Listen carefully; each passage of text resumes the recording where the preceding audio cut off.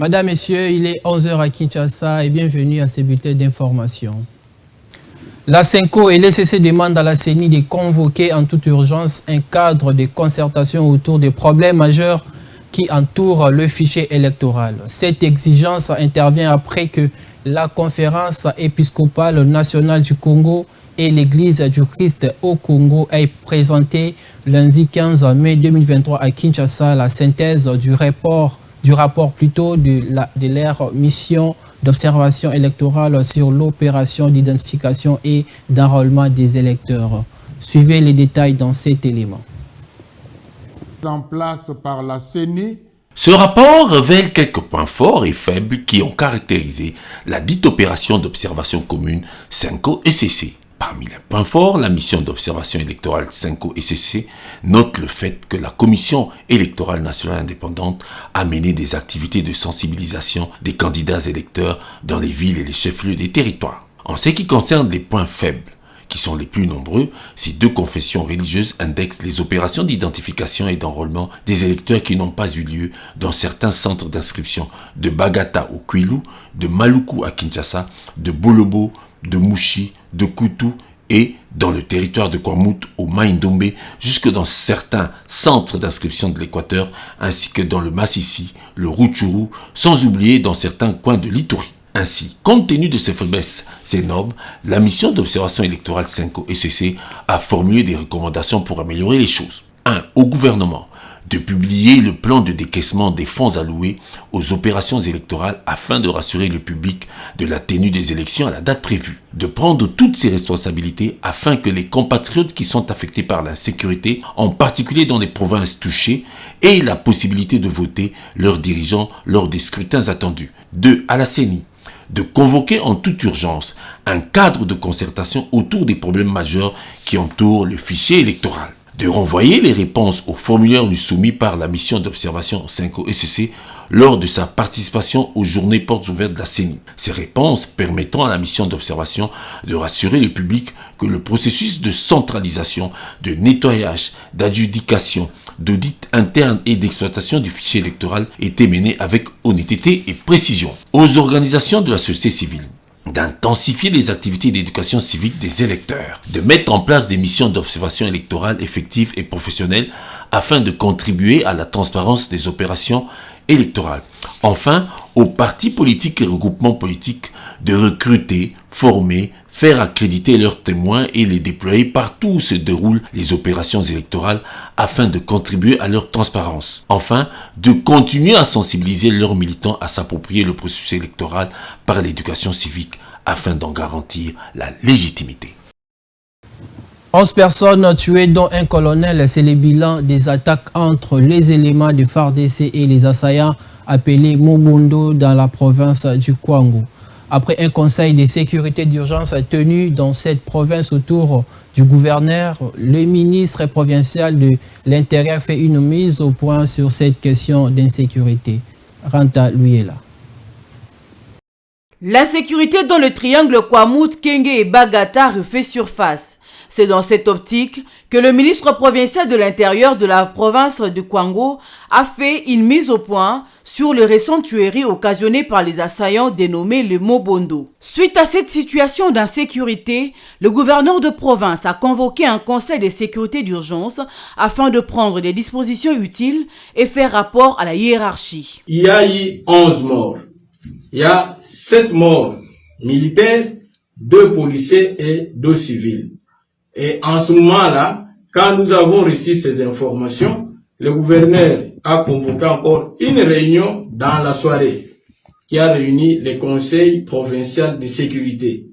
Et au terme de ces conseils, nous avons retenu des mesures comme quoi, comme les Mombondo utilisent des villageois qui les recrutent, en appliquant leurs fétiches pour les rendre invulnérables, nous nous sommes dit, même les Koulounes aussi peuvent être récupérés. Et comme les Koulounes sont récupérés par les Mombondo, il fallait en principe ouvrir l'œil et réduire le mouvement de la population à travers la province du Kwango, dans son espace qui va de Mongata jusqu'à Misele, tout en tenant compte des grandes agglomérations, notamment Bachongo, qui est le théâtre de massacre, Ponkwango, Bukangalonzo, Kengeville 316 jusqu'à vers Misséli. Et là, nos éléments de la police sont à pied d'œuvre. Mais la mesure prise, c'est de décréter un couvre-feu qui va aller de 20h jusqu'à 6h du matin. Il faut signaler que la ville de Kenge est en train de se vider de sa population suite à cette insécurité vers Maluku, Menkao et plateau de Bateke. Pas plus tard que le samedi, le chef de l'État Félix Tshisekedi s'est rendu à Oyo pour rencontrer son homologue Sassou. Ils ont aussi évoqué la situation de Kwamouth car plusieurs se sont réfugiés à Brazzaville. Des révélations accablantes et troublantes d'un proche parent de l'honorable député provincial Jean-Marie Kabea Chingambo au sujet d'un abattoir humain où l'on égorge des Katangais dans la localité de Kamoa, ville d'écologie à la province du Lualaba, dont le député serait complice. Son frère affirme dans une vidéo devenue virale sur les réseaux sociaux qu'il aurait vu de ses propres yeux les tueries qui se commettent dans cet abattoir. Images et commentaires. Un proche parent de l'honorable Jean-Marie Kabea Chimanga, élu de la province du Lualaba, aurait fait des révélations troublantes dans une vidéo circulant sur les réseaux sociaux. En effet, celui-ci pointe du doigt l'honorable député provincial d'être au courant de l'existence d'un abattoir où l'on tue uniquement des Katangais dont il a failli être victime. Les jours où je partais là-bas pour aller me tuer, l'honorable Kabea était au courant de la situation. Mais chose grave, et très grave encore, il n'arrive même pas à appeler. Là où on m'avait amené, j'avais trouvé celui qui tue les gens là-bas, c'est un policier. Les coépoux à honorable Kabea. Le dossier est à leur assemblée provinciale. Mais, heureusement, le parquet général a dû récupérer la situation parce que notre assemblée provinciale est dû rester vraiment inerte. Selon certaines sources, le parquet général aurait récupéré ce dossier pour faire la lumière sur cette affaire. La population appelle la MONUSCO, les organisations non gouvernementales de droits de l'homme, ainsi que différentes structures pour faire éclater la vérité sur cette situation. Et enfin, les quartiers Mwanantoulou et Molende sont considérés comme bastions des Kuluna dans la commune de Selimbao. Suite à cette insécurité, les bourgmestres Mathias Oumoumou et son adjoint ont effectué une descente dans ces deux quartiers le samedi 13 mai pour s'imprégner de cette situation et ont démantelé une bande d'inciviques en flagrance en pleine consommation de stupéfiants. Reportage de Rose Kindela et Vite Panzou.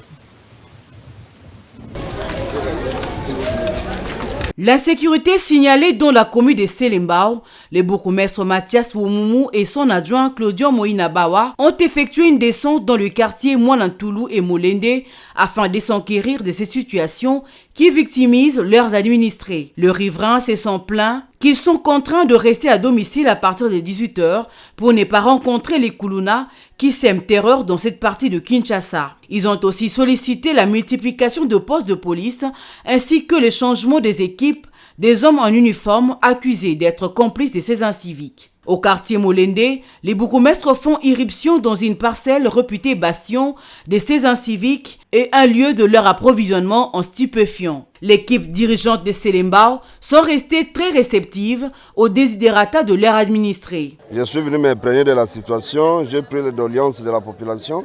Maintenant, je pars travailler avec mon adjoint pour que dès la semaine prochaine, on puisse prendre les mesures pour établir l'autorité de l'État dans cette partie de la commune. Ils n'ont pas hésité de demander l'accompagnement du gouverneur Jean-Tiningo Bila et du ministre national de l'Intérieur, Peter Kazadi. Les autorités, je les appelle seulement à nous aider parce que nous sommes en train d'exécuter leur vision sur le terrain, de sécuriser les personnes et leurs biens. Mais maintenant, nous sommes habités par le problème des moyens, problème d'effectifs de la police et problème de logistique.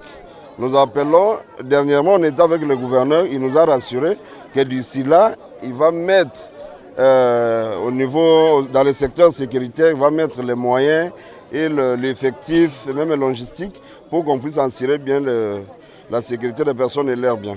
Avant de quitter le quartier, Mathias Womoumou et son adjoint ont demandé à la population de collaborer avec les autorités en dénonçant ces inciviques.